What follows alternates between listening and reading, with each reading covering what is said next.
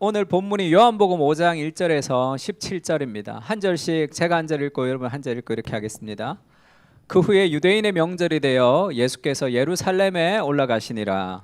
예루살렘에 있는 양문 곁에 히브리 말로 베데스다라 하는 못이 있는데 거기에 행각 5이 있고 그 안에 많은 병자, 맹인, 다리 저는 사람, 혈기 마른 사람들이 누워 물의 움직임을 기다리니 이는 천사가 가끔 못에 내려와 물을 움직이게 하는데 움직인 후에 먼저 들어가는 자는 어떤 병에 걸렸든지 낫게 되밀어라. 거기 38해 된 병자가 있더라. 예수께서 그 누운 것을 보시고 병이 벌써 오래된 줄 아시고 이르시되 내가 낫고자 하느냐. 병자가 대답하되 주여 물이 움직일 때에 나를 못에 넣어주는 사람이 없어 내가 가는 동안에 다른 사람이 먼저 내려가나이다. 예수께서 이르시되 일어나 내 자리를 들고 걸어가라 하시니 그 사람이 곧 나아서 자리를 들고 걸어가니라. 이날은 안식일이니 유대인들이 병 나은 사람에게 이르되 안식일인데 내가 자리를 들고 가는 것이 옳지 아니하니라. 대답하되 나를 낫게 한 그가 자리를 들고 걸어가라 하더라 하니 그들이 묻되 너에게 자리를 들고 걸어가라 한 사람이 누구냐 하되 고침을 받은 사람은 그가 누구인지 알지 못하니 이는 거기 사람이 많으므로 예수께서 이미 피하셨음이라. 그 후에 예수께서 성전에서 그 사람을 만나 이르시되 보라 내가 나았으니 더 심한 것이 생기지 않게 다시는 죄를 범하지 말라 하시니 그 사람이 유대인들에게 가서 자기를 고친 이는 예수라 하니라. 그러므로 안식일에 이러한 일을 행하신다 하여 유대인들이 예수를 박해하게 된지라. 우리 17절 같이 읽을까요? 시작. 예수께서 그들에게 이르시되 내 아버지께서 이제까지 일하시니 나도 일한다 하시매. 아멘. 우리가 이제 윈터링 위드 지저스 시리즈를 하는 이유가 연말을 예수님을 좀 생각하면서 보내는 게 제일 좋습니다. 그렇지 않으면 연말에 좀 허전하죠. 그래서 12월 한 달 동안에 우리가 설교를 듣고 일주일 동안 그리스도에 대해서 좀 깊이 좀 묵상하는 그런 시간을 좀 가지도록 그렇게 우리가 시리즈를 그렇게 준비를 했습니다. 그래서 예수님의 7가지 사인을 가지고 지금 우리가 7주를 하는데 지금 오늘은 3번째죠. 38년 된 병자를 고치는 이 예수님을 쭉 설교 들으면서 예수님을 좀 집중적으로 생각하는 것은 굉장히 신앙생활에 좀 도움이 됩니다. 이혜성이라는 아나운서가 있죠. 이 아나운서가 세바시라는 프로그램에 나와서 자기는 늘 부족하다는 생각이 있어서 늘 쫓기듯이 살았다는 거예요. 이것을 자기는 인정 중독이었다. 그렇게 이제 고백했던 그런 영상이 있습니다. 참 감동적으로 고백한 영상인데 고등학교 때 자기 친구가 찍었던 사진이에요. 이게 이제 이혜성 아나운서고 버스 기다리는 시간이 아까워서 공부하고 있죠. 그래서 우리 학교 전교 1등의 사진인데 버스 정류장에서도 공부하고 개학 첫날에 복장 검사 때문에 모인 강당에서도 공부했대요. 급식실에도 밥을 먹으러 먼저 안 갑니다. 줄 서 있는 시간이 아까워서 공부 좀 하다가 줄이 좀 빠질 때 가서 이제 밥을 먹고 밥 먹는 맞은편에서 나를 체하게 만든 분이라는 거예요. 급식실에서 공부하고 있으니까. 그러면서 체육 수행 평가를 하면 2시간 동안 연습한다는 거예요. 그것도 만점 맞아야 되니까. 절대 이분을 따라올 수 없다. 이분이 서울대 간다에 전재산 걸었음. 그래서 서울대 갔습니다. 이렇게 열심히 하니까 갔겠죠. 이렇게 열심히 했는데 왜 열심히 하는지 몰랐던 거예요. 대학 갈 때 서울대를 갔어요. 서울대 경영학과를 갔습니다. 근데 가니까 목표가 없잖아요. 그래서 서울대 가면 뭔가 좋아질 줄 알았더니 서울대 가도 아무것도 없었구나 해서 이제 이뻐져야 된다고 생각해서 다이어트를 열심히 했습니다. 열심히 공부하고 열심히 다이어트하고 근데 삶에 공허하니까 폭식으로 이어졌다는 거예요. 이 크리스피스 도넛 같은 거 2개를 그냥 한 번에 다 먹었대요. 1+1을. 그러니까 이렇게 살이 찌고 그러면 또 극도의 다이어트를 하고 또 살이 찌고 다이어트를 하고 그래서 대학생이 됐는데도 던킨 도너츠를 엄마가 먹지 마라 그러니까 장롱 속에 숨겨놓았다가 꺼내서 먹으면서 울었다는 거예요. 그러면서 자기 엄마한테 편지를 이렇게 썼습니다. 엄마가 먹는 것을 잔소리하는 이유가 제 건강이 걱정되어 있어인 줄 알아요. 그런데 내가 많이 먹는 이유는 식탐을 조절하지 못하는 것이 아니라 마음이 공허하고 불안정해서 그래요. 이 시기를 조금만 기다려 주세요. 이렇게 편지를 썼다는 거예요. 미친 듯이 살아갔는데 다이어트하고 먹고 다이어트하고 왜 그럴까? 마음이 공허하고 불안정하다는 거죠. 열심히 살아가는데 중학교 때는 좋은 대학을 가기 위해서 달렸습니다. 대학 가서는 좋은 외모를 갖기 위해서 달렸죠. 졸업 시즌에는 KBS 아나운서라는 좋은 직업을 위해서 달렸습니다. 근데 좋음의 기준이 어디서 왔을까요? 내가 정한 것이 아니라 외부에서 온 것이라는 거예요. 남들이 좋다고 하는 대학, 외모, 남들에게서 온 것인 것 같다는 거예요. 그러니까 남들이 나한테 주었던 어떤 것을 따라 내가 열심히 그냥 살아갔는데 내가 공허하더라. 좁은 땅덩어리에서 경쟁이 심하니까 우리는 기준이 너무 높은 것 같다 이렇게 얘기하죠. 르레 지나르가 그렇게 얘기합니다. 인간의 모든 욕망은 스스로에게 나온 것이 아니죠. 착각이죠. 타인의 욕망을 욕망하는 존재입니다. 모방하는 존재죠. 그래서 지라드가 이 욕망의 삼각형이라고 얘기합니다. 이 주체인 자기가 있죠. 그 다음에 타인의 욕망이 있습니다. 연예인이 아주 몸매가 좋은 연예인이 나오죠. 광고에. 그리고 이 중개자인 이 뭐죠? 이 섬유우유란다. 이런 뭐 미에로 화이바 같은 거를 마시는 거죠. 그러면 이 사람을 닮고 싶은 삶의 욕구가 이것을 통해서 나타난다는 거예요. 그러니까 인간의 모든 욕망은 스스로 만든 욕망이 아닙니다. 스스로 만들었다고 생각하는 거죠. 타인의 욕구를 욕망하는 그런 존재로 살아가는 거죠. 그러니까 무엇을 위해서 달려가는지도 모르면서 달려가는 그런 존재로 살아갑니다. 그래서 소셜 미디어 포모라고 그러죠. 포모가 fear of missing out이에요. 뭔가 놓치는 것 같은 두려움이에요. 그래서 이 소셜 미디어에 어떤 포모의 그 아주 불안정한 잘못된 사이클이 있다는 거예요. 뭔가 내가 놓친 것 같아. 그러니까 SNS를 계속 보죠. 보면서 아이고 이거 놓쳤구나를 계속 반복하면서 또 보게 되는 그런 두려움이 그의 인생을 이끌어가는 거죠. 삶의 두려움, 그 삶의 불안이 그의 삶에 이끌어갑니다. 그것은 결국 다 독이 되죠. 독이 되고 원하는 것을 얻지 못합니다. 마찬가지죠. 나만 또 벼락거지 될라 다시 번지는 포모. 이게 뭐죠? 아이고 누구 주식이 올랐더라. 뭐가 어땠더라. 누가 집 샀더라. 뭐 어땠더라. 그러니까 나만 놓치는 것 같은 그런 두려움과 불안이 우리를 막 이렇게 가득 채웁니다. 그것이 오늘날 우리를 이끌어가는 어떤 사회죠. 대기업에 다니는 김 부장 이야기라고 있죠. 자가의 산에 살면서 대기업에 다니는 김 부장의 스토리 중에 제가 짤 영상을 봐서 전체를 잘 모르겠어요. 근데 이분이 아마 임원이 되려고 했던 이 젊은 친구였고, 김 부장은 이제 부장에서 은퇴를 해서 퇴직을 해서 이제 세차를 하고 있었어요. 근데 이 사람이 정말 열심히 했는데 임원에서 떨어졌단 말이에요. 그러니까 화를 막 내면서 선배님 제가 왜 임원에 안 되었을까요? 이렇게 얘기해요. 365일 회사를 위해서 일만 했는데 왜 내가 안 됐을까요? 이렇게 외칩니다. 그때 김 부장이 그렇게 얘기해요. 넌 왜 임원이 되고 싶었냐? 왜 안 되는지를 생각하지 말고 너는 왜 그렇게 바둥바둥 살았는지, 뭘 위해서 그렇게 살았는지를 알아? 이렇게 얘기합니다. 너 자신에게 솔직해져 봐라. 열심히 살았는데 너는 왜 그렇게 임원이 되기 위해서 그렇게 열심히 살았냐?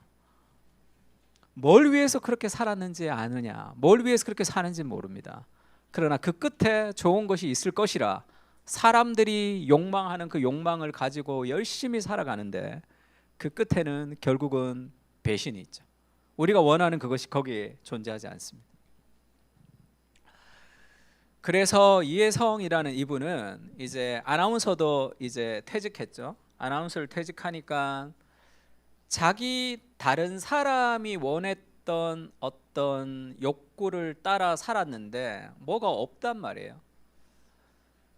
그래서 퇴직을 하고 그러면 내가 좋아했던 것을 찾는 거죠. 대부분 다 그렇게 그런 패턴을 갑니다. 미친 듯이 무언가를 따라가다가 그곳에서 내 능력의 부족을 한계를 경험하면 지금 있는 것 중에 내가 만족할 수 있는 작은 만족을 찾으면서 인생을 마무리하는 거예요.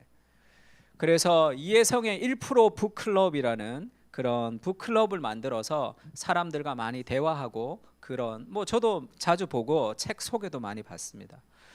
굉장히 좋고 책도 잘 보는데 내가 왜 이렇게 살았을까? 지금은 내가 예전처럼 그렇게 살지 않고 지금은 만족합니다. 그렇게 이제 고백을 하지만 이것은 그분의 인생의 끝일까요? 안타까워요. 제가 이런 걸 보면서. 왜냐하면 미친 듯이 살아갔는데 그것이 무엇인지를 알지 못합니다. 그래서 그냥 내가 좋아하는 거 뭔가를 좀 찾아보려고 그거를 가지고 살아가는데 여기에는 진정한 만족이 있냐면 그렇지도 않단 말이에요.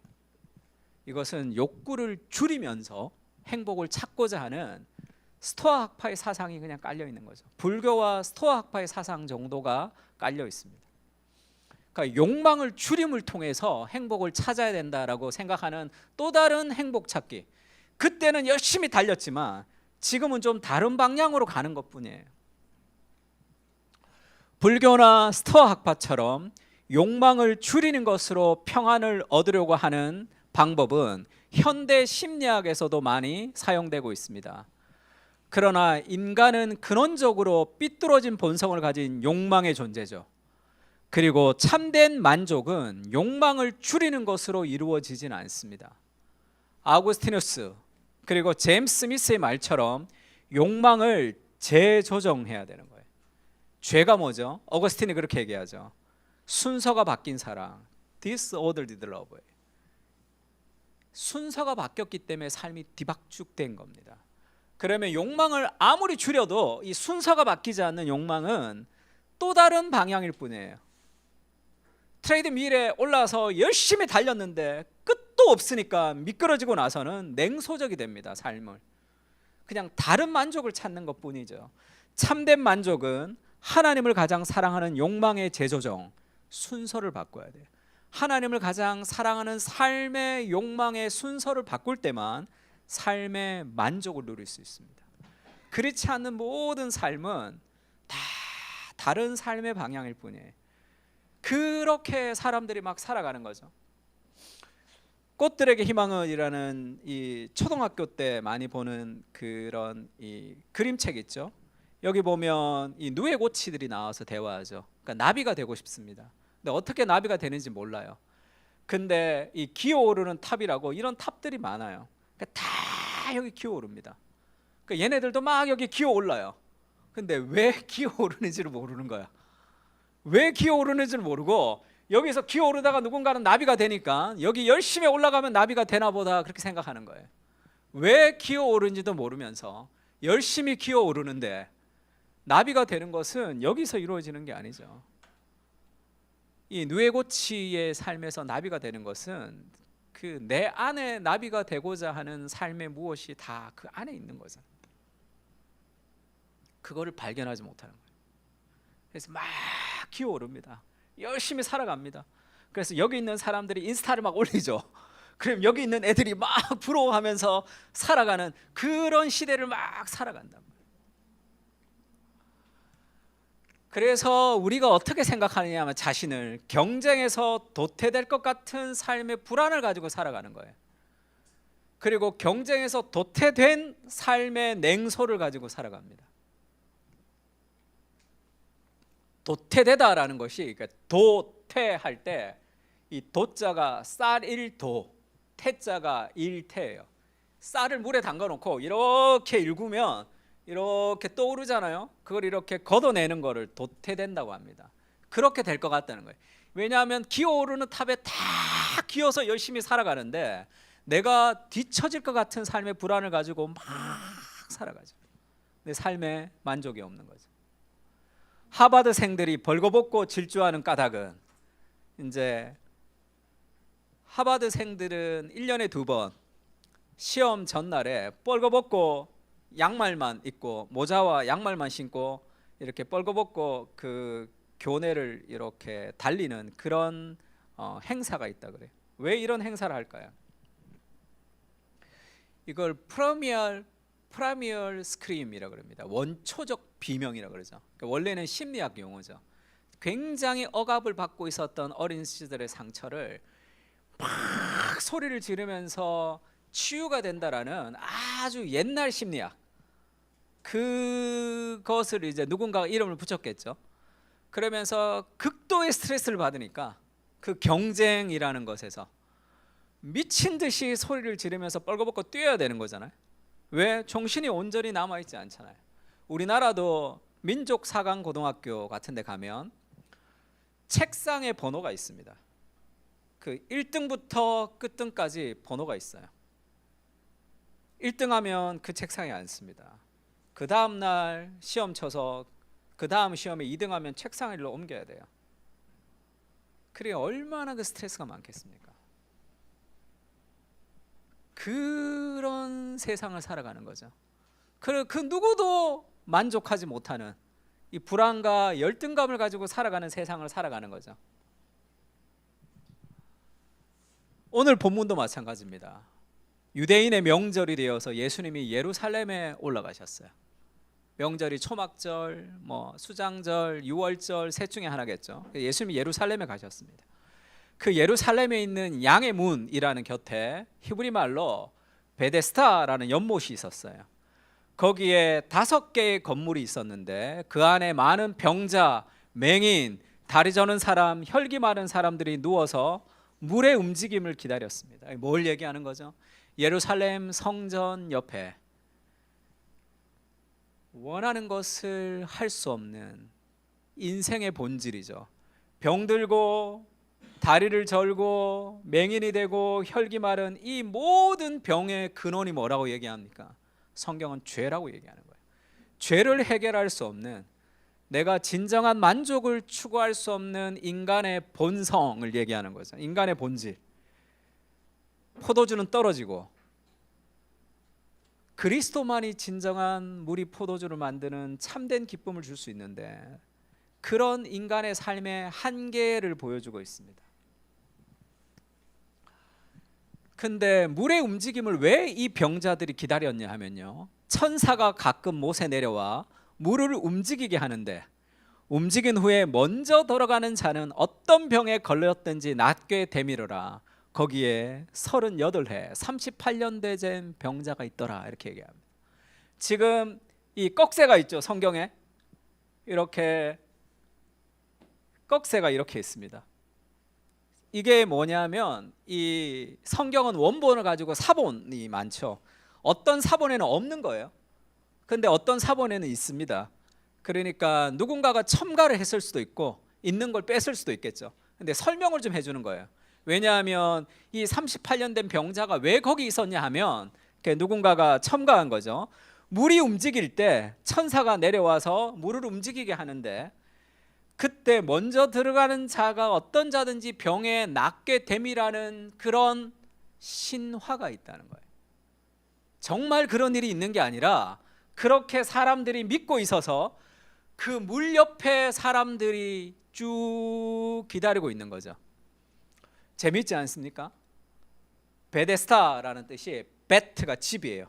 야곱이 여기가 하나님의 집이로다 할 때 베트엘이죠. 엘이 하나님이니까 하나님의 집입니다. 또 우리가 잘 아는 헤세드라고 할 때 하나님의 자비, 하나님의 은혜 할 때 그게 헤세드입니다. 베트 헤세드가 합쳐졌어요. 그러니까 베데스다 이렇게 얘기합니다. 그럼 뭐죠? 자비의 집, 은혜의 집이란 말이에요. 그 자비의 집, 그 은혜의 집에서 자비가 없죠. 왜냐하면 한 명만 먼저 들어가는 사람이 낫게 되는 세상이죠. 자비의 집에서 온갖 사람들이 모여서 경쟁합니다. 왜? 그것을 찾는 단 한 명만 병에서 낫는다는 문화의 내러티브죠. 열심히 노력해서 실력을 갖춰서 그런 사람들만이 행복을 차지할 수 있는 그런 능력주의, 경쟁주의. 그래서 베데스다라는 은혜의 연못 아래 정말로 자비가 없는 어마어마한 경쟁의 사회가 지금 벌어지고 있습니다. 이 물이 일 때 뭐 약간 뭐 초정리 광천수 같은 거 그런 거겠죠. 그러니까 뭐 이렇게 물이 일면 천사가 이렇게 물을 일게 하고 거기에 들어가면 낫는다라는 잘못된 신화를 가지고 살아갑니다. 사람들이 경쟁을 통해서. 그러나 결국 여기에 들어가 보면 알죠. 아무것도 없다는 거를. 근데 이 사람들을 잘 모르죠. 못 들어가니까. 예수께서 그 누운 것을 보시고 병이 벌써 오래된 줄을 아시고 이르되 내가 낫고자 하느냐 예수님이 묻습니다. 예수님이 먼저 찾아오신 거죠. 베데스다 앞에서 38년 된 병자가 들어갈 수 없는 그 상황에 예수님이 찾아오시는 거예요. 복음이 뭡니까? 같이 읽을까요? 우리가 시작. 우리를 위해 행해진 무엇이며 우리가 반응해야 하는 어떤 것이다. 복음은 내가 뭔가를 하는 것이 아닙니다. 그리스도께서 하신 것을 믿는 거예요. 이게 쉽지가 않죠. 인간은 스스로 하나님이 되고 싶어 합니다. 그런 처절한 삶에 잘못된 욕망이 있기 때문에 내가 뭔가를 하려고 애써요. 그 결과가 뭡니까? 염려와 두려움과 불안이에요. 그것이 우리를 이끌어갑니다. 열심히 공부해야 되고 열심히 일해야 되고 그게 다 독이 돼요. 결국 우리가 원하는 그것은 거기에서 오지 않습니다. 제가 지난주도 이제 상담을 좀 했는데 아기가 태어나고 이제 전문적으로 일을 좀 하고 싶어 한다. 이제 경력 단절이 되니까 내가 스톱하라 그랬어요. 경력 단절이 돼서 내가 빨리 공부해서 전문직을 가지고 내가 열심히 해야지 가정의 경제도 책임지고 뭐도 할 수 있고 그거를 스톱하고 말씀을 좀 한 1년 정도 깊이 좀 보면서 좀 살아가면 좋겠다. 그래서 먼저 내 마음 깊은 곳에 안정감이 있어야 됩니다. 그래서 돈을 벌기 위해서 뭔가를 이루기 위해서 일을 해야 되는 것이 아니라 내 삶에 그 충만한 안정감이 있을 때 무엇을 통해서 세상을 섬기기를 원해서 일을 하는 거예요. 그때 성취를 할 수 있습니다. 더 많은 성취를 할 수 있어요.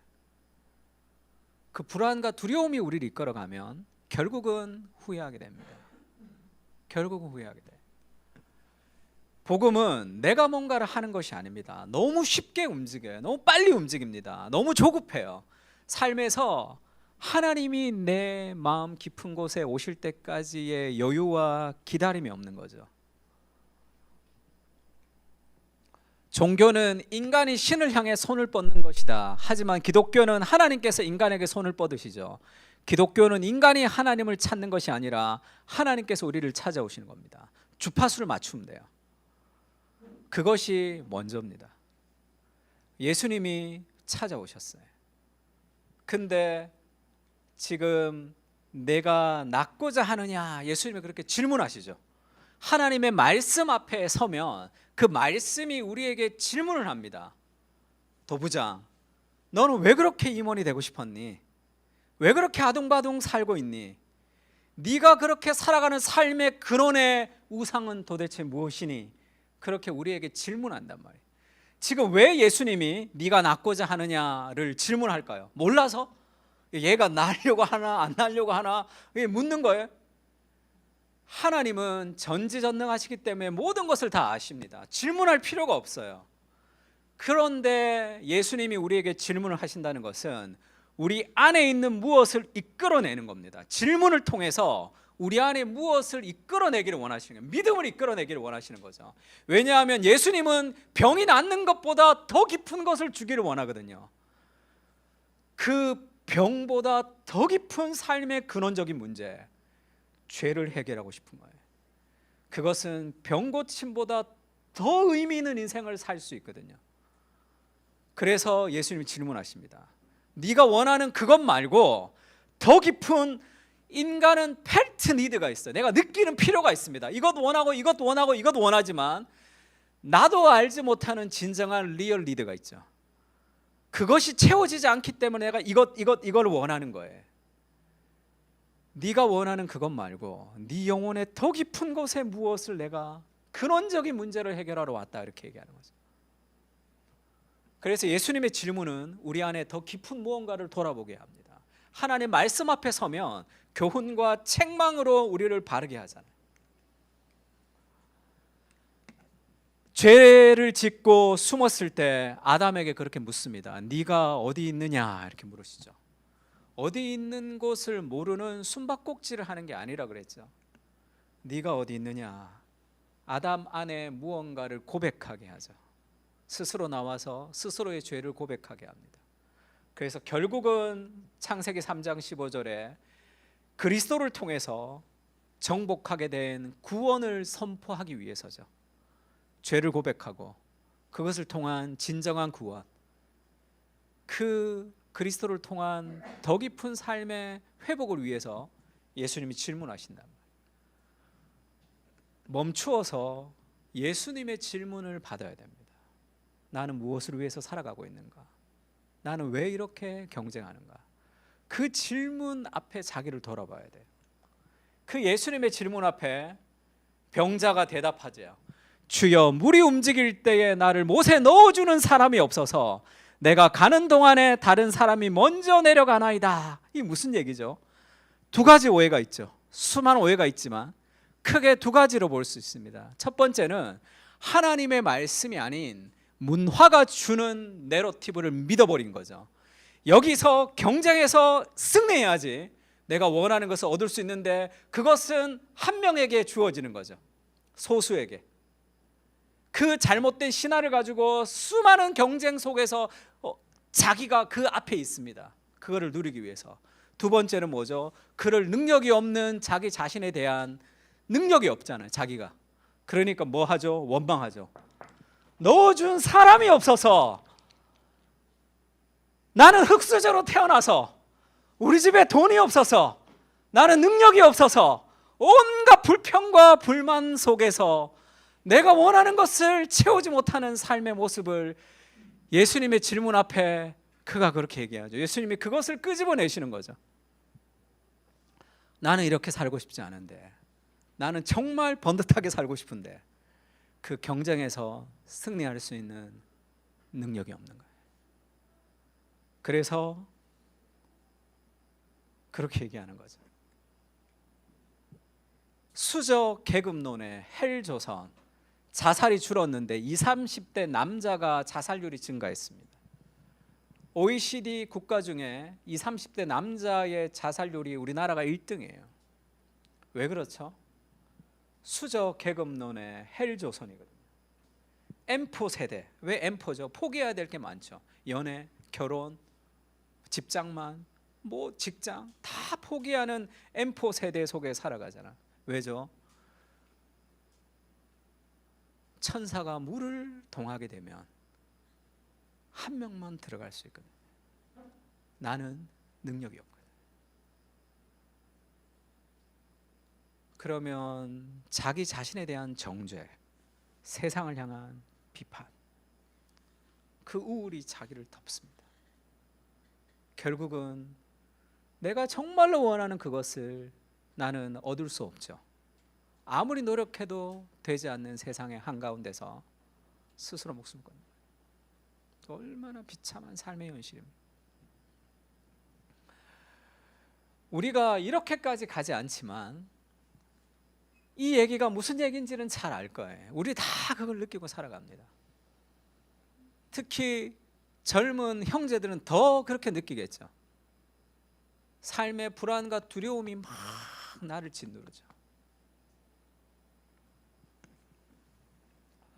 경쟁에 도태된 인생이라고 생각한단 말이에요. 20대 때는 열심히 노력해서 뭔가를 이루려고 하고 30대가 넘어가면 한풀 꺾입니다. 그러면서 내가 주어진 내 삶의 행복을 찾아야 되겠다라고 뭔가 이렇게 스톱되면서 살아가는 거죠. 근데 그것도 만족을 누리지 못한단 말이에요. 삶에. 그리고 재밌죠. 예수님이 그 앞에 계십니다. 예수님이 오셨어요. 네가 낫고자 원하느냐 이렇게 물으시죠. 근데 쉽게 얘기하면 예수님을 향한 인식, 예수님을 향한 기도죠. 주여, 물이 움직일 때에 나를 못에 넣어주는 사람이 없어 내가 가는 동안에 다른 사람이 먼저 내려갑니다. 이 기도를 예수님이 그대로 들어주면 일로 와, 내가 넣어줄게 이렇게 해서 예수님 그걸 좀 빨리 넣어달라는 거예요. 예수님이 그 앞에 있는데 그의 근원적인 질병을 치료할 수 있는 완전하신 치유가 되신 그리스도가 그 앞에 있는데 예수님, 나 물에 좀 빨리 넣어주세요. 그걸 간구하고 있는 거예요. 취직이 좀 되게 해주십시오. 돈을 좀 벌게 해주십시오. 잘 살게 해주십시오. 그것도 간구해야 되죠. 그리스도 앞에 그리스도가 원하는 진정한 만족은 별 관심이 없어요. 세상이 원하는 물이 동할 때 먼저 들어가서 뭔가를 얻고 싶어하는 삶의 욕망을 채워달라는 거죠. 그게 얼마나 어리석은 일입니까? 그리스도가 앞에 계신데 그가 생각하는 그리스도는 주여라고 말하지만 진정한 자기 삶의 주인이라고 생각하진 않습니다. 그래서 나의 욕망이 좌절될 때 분노하죠.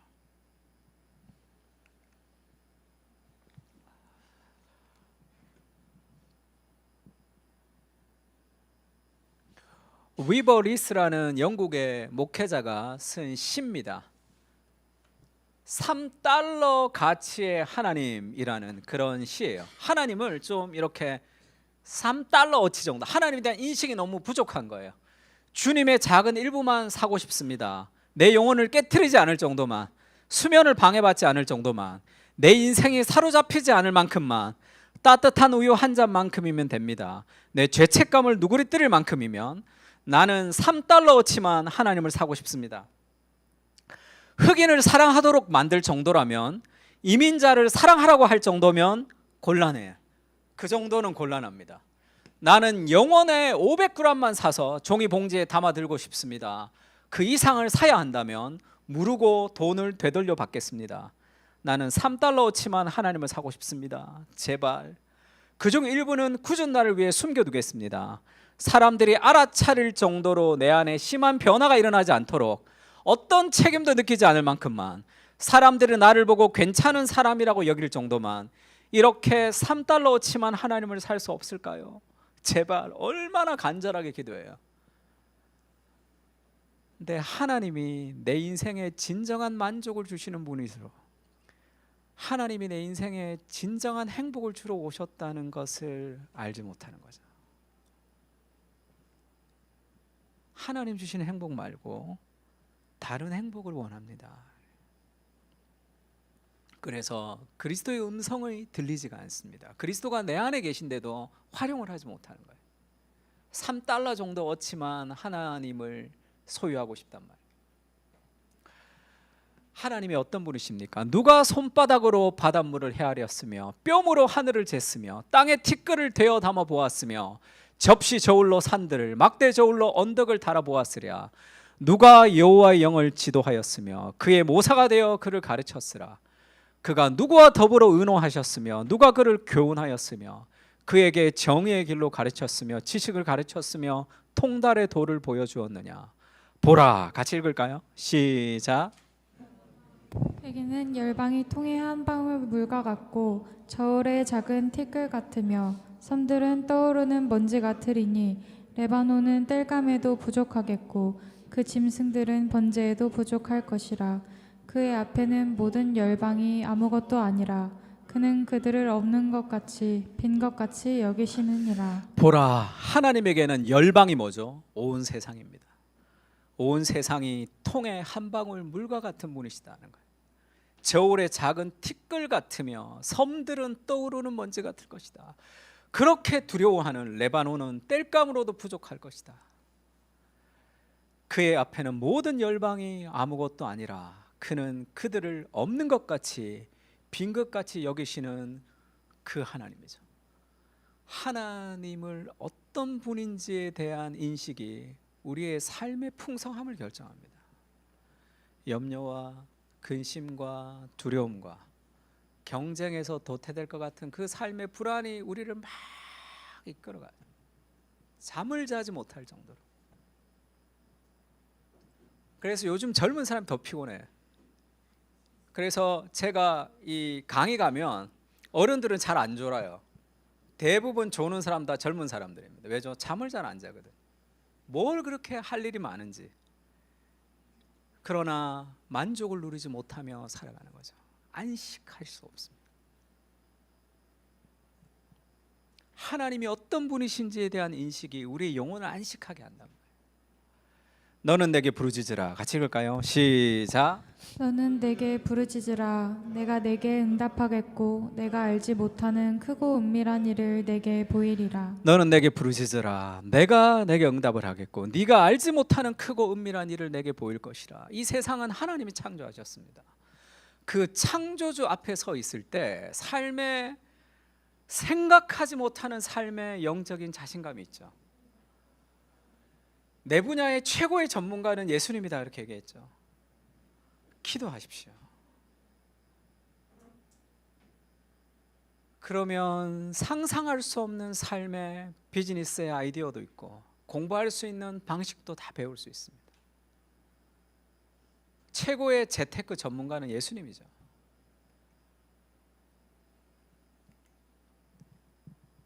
우리 가운데 역사하시는 능력대로 우리가 구하거나 생각하는 모든 것에 더 넘치도록 하실 하나님에 대한 신뢰가 좀 필요하죠. 제가 요즘 읽고 있는 책 중에 이 사디어스 윌리엄스라는 사람이 쓴 성경을 뚫고 나온 하나님이라는 책이 있습니다. 이런 얘기를 했어요.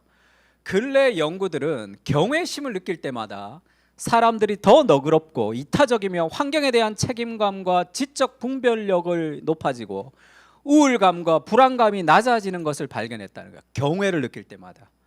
해마다 3만 5천 명 이상이 에베레스트 산으로 그랜드 캐년으로 나이아가라로 가는 것은 놀라운 일이 아니다. 우리 인간은 장엄한 광경에 취해서 즐거이 자신을 망각하기를 갈망하죠. 경외를 느낄 때 우울과 불안은 줄어듭니다. 그리고 지적인 분별력, 그리고 더 이타적이고 환경에 대한 책임감이 더 커지는 거예요. 하나님을 경험할 때, 우리의 환경을 넘어서 있는 하나님을 경험할 때 그 경외가 나 자신을 넘어서게 하는 거죠. 그때 진정한 의미 있는 삶을 살 수 있습니다. 그렇지 않으면 어떻게 되죠? 자기 안에 갇혀서 온갖 자기 문제 안에 매몰되며 살아간단 말이에요. 우리에게 필요한 것은 문제 하나하나의 해결책이 아니라 경외. 세상보다 더 크신 하나님을 바라보는 경외가 필요합니다. 경외를 잃어버리면 삶이 무미건조해질 수밖에 없는 거죠. 예수님이 말씀하시죠. 같이 읽을까요? 예수께서 시작. 예수께서 이르시되 일어나 내 자리를 들고 걸어가라 하시니 그 사람이 곧 나아서 자리를 들고 걸어가니라. 예수님이 말씀하십니다. 일어나라. 들어라. 걸어가라. 이렇게 얘기하죠. Get up. Pick up. Walk. 세 마디면 충분하죠. 예수님, 나를 좀 빨리 밀어줘서 이 병이 낫고 싶습니다 할 때 그 병보다 더 근원적인 거. 예수님, 직장이 힘듭니다. 우리 직장을 좀 살려주십시오. 그래서 밤잠을 못 자고 열심히 일하는 그거보다 더 근원적인 거. 그 영혼의 진정한 치유, 그 영혼의 진정한 변화, 그리스도의 말씀으로 해결되는 거죠. 38년 동안 해결되지 못했던 그 삶을 그리스도의 말씀으로 해결된다는 것을 믿어야 되는 거죠. 하나님이 말씀으로 천지를 창조하셨습니다. 그 말씀이 우리 안에 들어올 때 다른 삶의 무엇으로부터 우리가 자유할 수 있는 거죠. 그 말씀을 들어야 돼요. 12월 한 달이 가기까지 열심히 말씀을 좀 묵상하십시오. 그 음성이 들릴 때 인생은 달라지게 되어 있습니다. 다른 것을 사고하고 다른 세상을 보게 되어 있어요.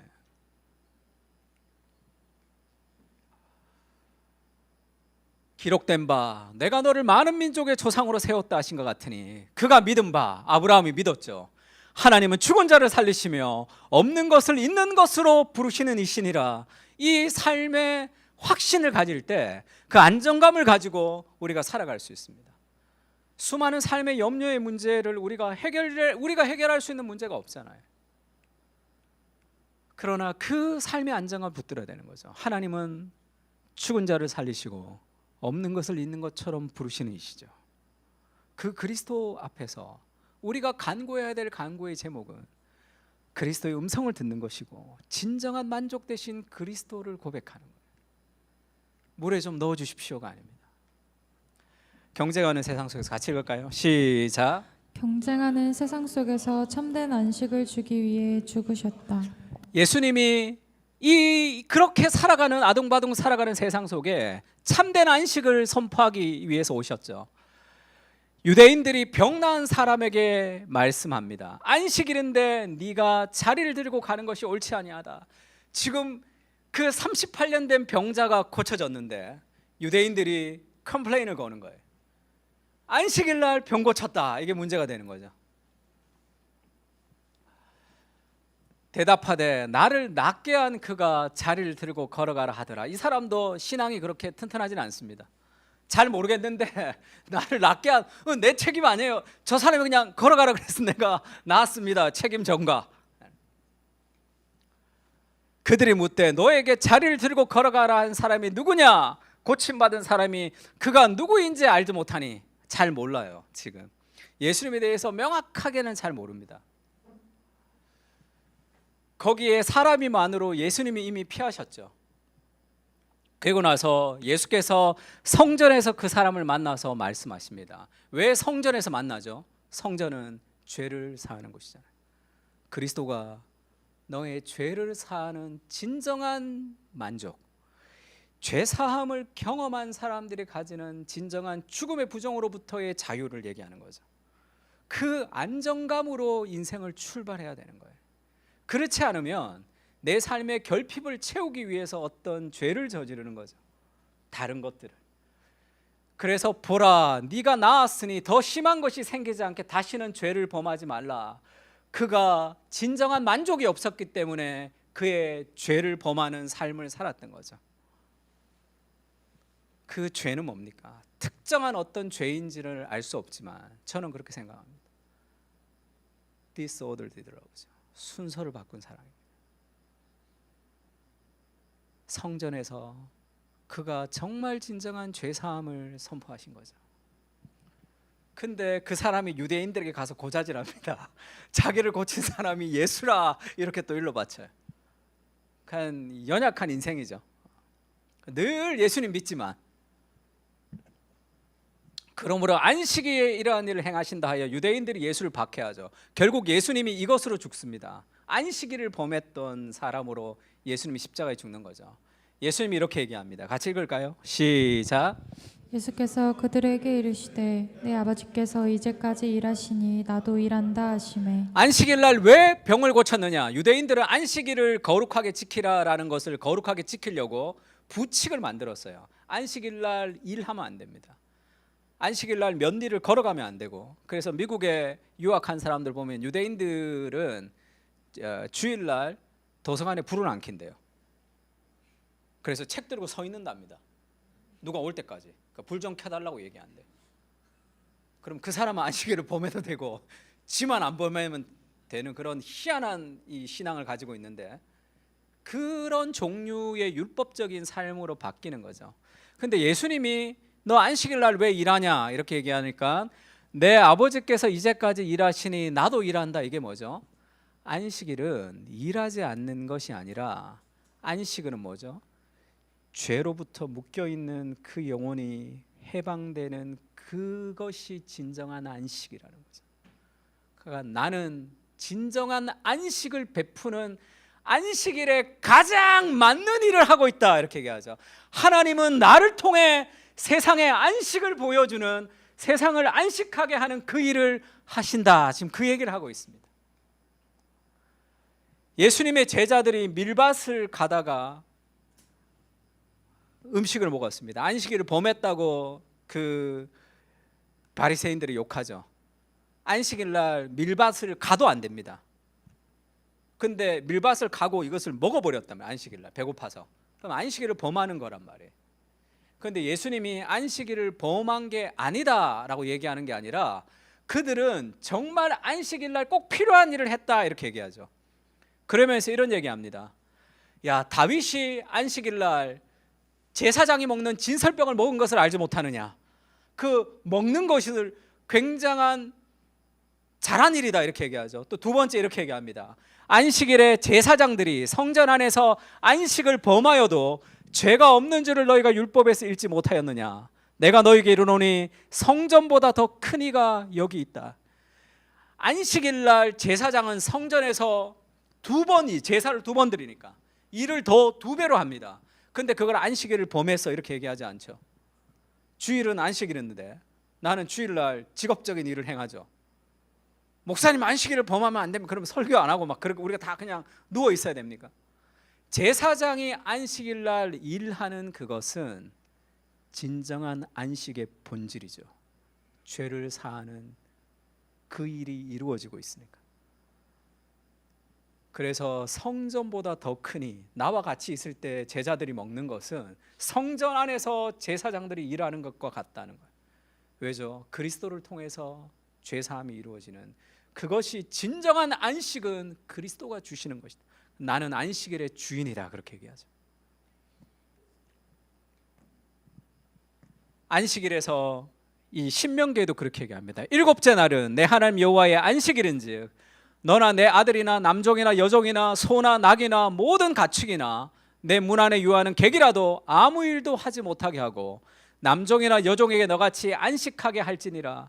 일하지 않는 것이 안식이 아닙니다. 왜 안식하게 하죠? 너는 같이 읽을까요? 시작. 너는 기억하라. 내가 애굽 땅에서 종이 되었더니 내 하나님 여호와가 강한 손과 편 발로 거기서 너를 인도하여 내었나니 그러므로 내 하나님 여호와가 내게 명령하여 안식일을 지키라 하였느니라. 이 안식일의 안식이 어떻게 왔다 그러죠?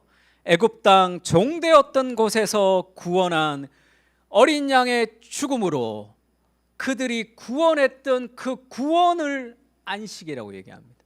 그러면 진정한 안식은 우리의 구원을 기뻐하고 우리의 죄사함을 노래하고 참된 안식이 그리스도 안에 있다는 것을 선포하는 그것이 진정한 안식이다 그렇게 얘기하죠. 히브리서에는 알쏭달쏭한 얘기를 하죠. 그러므로 우리는 두려워할지니 그의 안식에 들어갈 약속이 남아있을지라도 너희 중 혹 이르지 못할 자가 있을까 함이라. 안식에 들어가지 못하는 사람도 있다는 거예요. 왜죠? 순종을 통해서 안식을 누려라 그렇게 얘기합니다. 만일 여호수아가 그들에게 안식을 주었더라면 그 후에 다른 날을 말씀하지 아니하였으리라. 그런즉 안식할 때가 하나님의 백성에게 남아있도다. 이미 그의 안식에 들어간 자는 하나님이 자기의 일을 쉬신과 같이 그도 자기의 일을 쉬느니라. 하나님의 안식에 들어간 사람은 불안과 두려움 가운데 일하지 않습니다.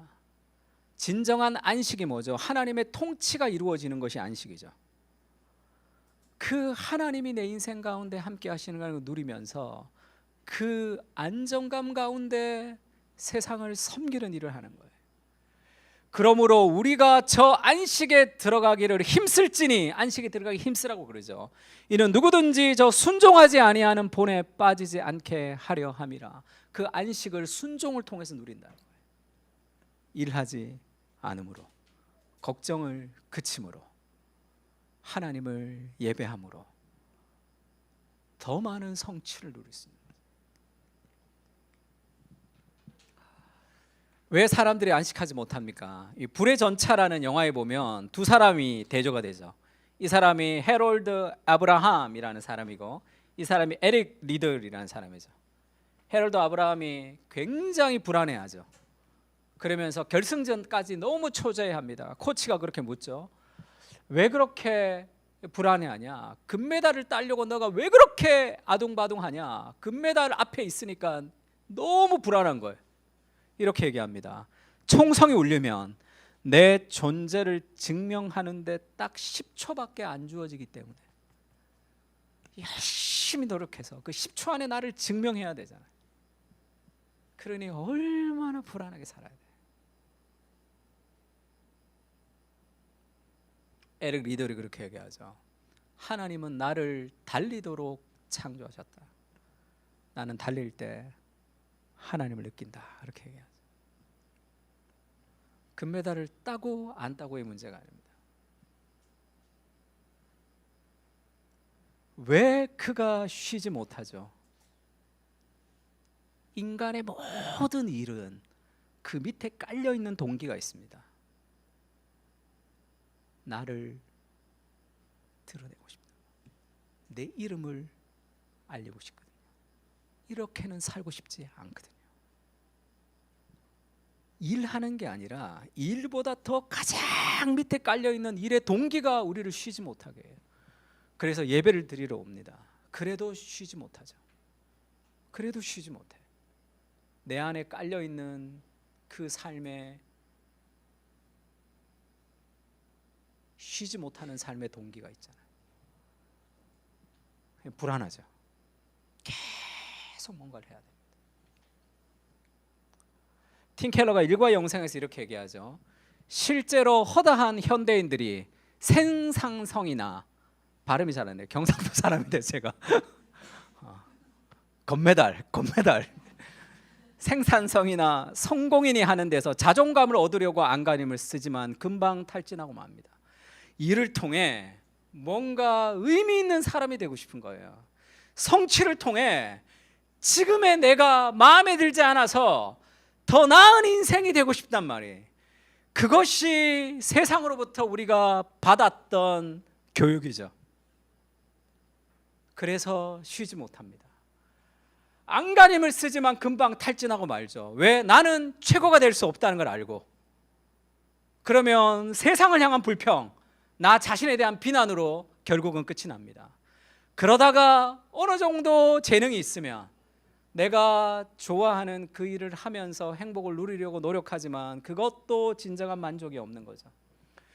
더러는 집에 넉넉한 생활비를 내놓아서 온 식구가 신나게 지내려고 열심히 뛰지만 정작 본인은 일의 의미를 찾지 못해 따분해하죠. 이처럼 동기는 일의 배경을 이루는데 그런 의미에서 일 이면의 다른 일 이렇게 번역했습니다.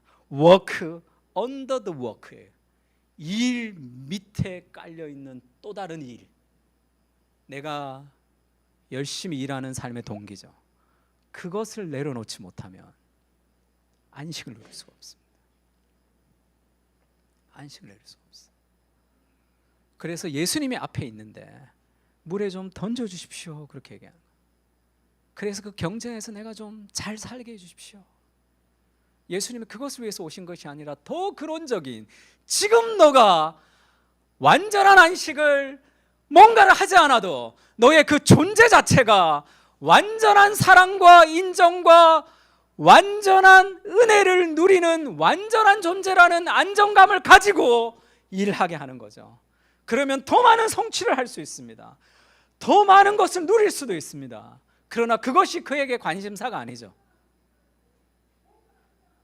완전한 안식을 이것을 통해서 얻지 않기 때문에 그렇죠. 일 이면의 다른 일, work under the work, 그 깊은 쉬지 못하는, 오늘도 우리를 안식하지 못하는 수많은 고민과 갈등이죠. 회사 일이 막 돌아가는 사람도 있습니다. 내 인생의 미래가 막 돌아가는 사람도 있습니다. 쉬지 못한다. 나만이 이방 장군이었는데 엘리사를 통해서 문둥병이 고쳐졌죠. 그리고 나만이 가면서 그렇게 얘기합니다. 청하건대 흙을 종에게 주십시오. 왜냐하면 이방 땅에 가서 하나님을 예배하고 싶은데 이 흙을 가지고 거기서 내가 하나님을 기억하며 예배하겠습니다.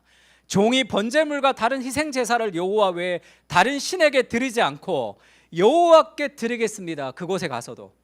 근데 한 가지 내가 부탁하는데 여호와께서 당신의 종을 용서하시기를 원한다. 왜냐하면 내 주인께서 림몬의 신당에 들어가서 거기서 경배하며 그가 내 손을 의지하심에 내가 림몬의 신당에서 몸을 굽혀야 된다. 내가 림몬의 신당에서 몸을 굽힐 때 여호와께서 이 일에 대하여 당신의 종을 용서하기를 원합니다. 이게 뭐죠? 그전에는 그렇지 않았습니다. 그전에는 림몬의 신당에서 그것을 존경하고 그것을 예배하고 그것을 숭배했지만 지금은 그곳에서 일을 하지만 나의 숭배의 대상이 아닌 거죠. 그전에도 일하고 지금도 일하지만 일이 나의 숭배의 대상이 아니란 말이에요. 나의 예배의 대상은 하나님이죠. 그것이 우리를 더 많은 성취를 하게 합니다. 천국을 사모하는 사람이 이 땅에 더 많은 것을 누릴 수 있다 이렇게 얘기했죠. 우리가 7가지 죄악에 대해서 설교를 한 적이 있죠. 질투, 교만, 나태, 탐욕. 이건 뭐죠? 오늘의 집, 집 구하는 탐욕. 시기는 뭐죠 이게? 그래, 블라인드. 파리바게트인 줄 알았습니다 내가. 폭식, 그 다음에 색욕. 이 7가지 이 죄악에 대해서 이게 누가 재미있게 얘기했는데 도로시 세이어즈가 이렇게 얘기했습니다. 자신을 넘어서는 더 큰 일의 동기가 없으면 나 성공하는 거 그거는 work under the work 쉴 수 없어요. 나머지 6가지 죽음에 이르는 죄 가운데 하나가 노동의 에너지가 될 수밖에 없다. 왜 나머지 6가지죠? 나태가 있게. 이게 나태라는 거예요. 열심히 일하는데 나태한 거죠. 왜? 본질로 진정한 만족이 없기 때문에. 열심히 일하는 나태, 해태라고 번역했습니다. 6가지 죽음에 이르는 죄가 노동의 에너지가 될 수밖에 없죠. 질투, 시기 때문에 열심히 합니다. 쟤보다는 더 잘 살아야 되기 때문에. 그거 하면서 교만이죠. 탐욕, 시기, 폭식, 색욕 이런 것이 내가 열심히 살아가는 노동의 에너지가 되잖아요. 다른 이들보다 앞서고 싶은 시기, 자신을 입증해 보이려고 하는 교만, 쾌락을 얻으려는 탐욕이나 탐심 때문에 남달리 열심히 할 수도 있죠. 한마디로 게으름, 해태는 가장 교활한 우상 숭배입니다. 삶의 한가운데 냉소적인 자아를 심어놓는 거죠. 삶의 한가운데 냉소적인 자아를 심어놓죠. 그거는 열심히 살아가지만 게으른 거죠. 그리고 내가 원하는 것보다 더 많은 것을 누릴 수도 없습니다. 이룰 수도 없는 거죠. 쉬지 못하거든요. C.S. 루이스가 그렇게 얘기하죠. 내가 독창적인 인상을 주고 싶어해요. 거기에 매몰되면 절대로 독창적이 될 수 없다는 거죠. 어떤 인상을 주고 있는지 고민하기를 집어치우지 않는 한 남들에게 결코 좋은 인상을 줄 수 없습니다. 문학과 예술 분야에 이르기까지 독창성에 집착하는 이들은 누구도 독창적이 될 수 없어요. 그러나 그저 진실을 말하려고 노력한다면 얼마나 예전에 자주 나왔던 얘기인지 따위는 눈꼽만큼도 신경 쓰지 않고 그저 진실을 말하려고 노력하면 자기도 모르는 사이에 열의 아홉은 독창적이 됩니다. 자신을 버리라. 참다운 자아를 찾을 것이다. 이것이 복음이죠. 그리스도의 복음입니다. 그것을 놓지 못하는 거죠. 그걸 놓으십시오. 삶의 여러 가지가 힘들 때 예수님 외치. 수고하고 무거운 짐진 자들아 내게로 오라. 내가 너희를 쉬게 하리라. 이렇게 얘기하셨죠. 이런 쉼이죠. 하나님의 품 안에 안식하는, 우리의 예배를 통해서 그것을 연습하고 우리의 삶을 통해 그것을 연습하는 거예요. 하나님이 우리의 아버지가 되시는데 무엇을 염려하십니까?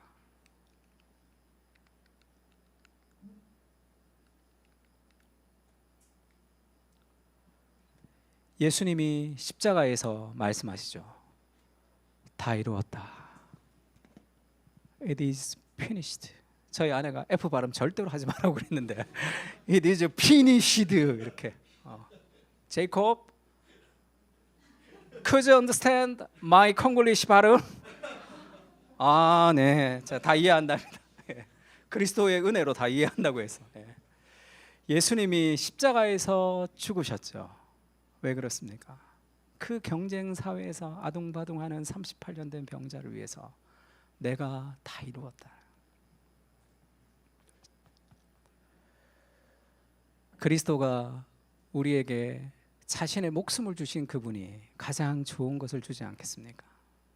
그 삶의 안정감을 가지고 삶을 출발했으면 좋겠습니다. 그런 은혜를 우리에게 부어주십시오. 그런 소망을 가지고 한 주를 살았으면 좋겠습니다. 예전에 불렀던 찬송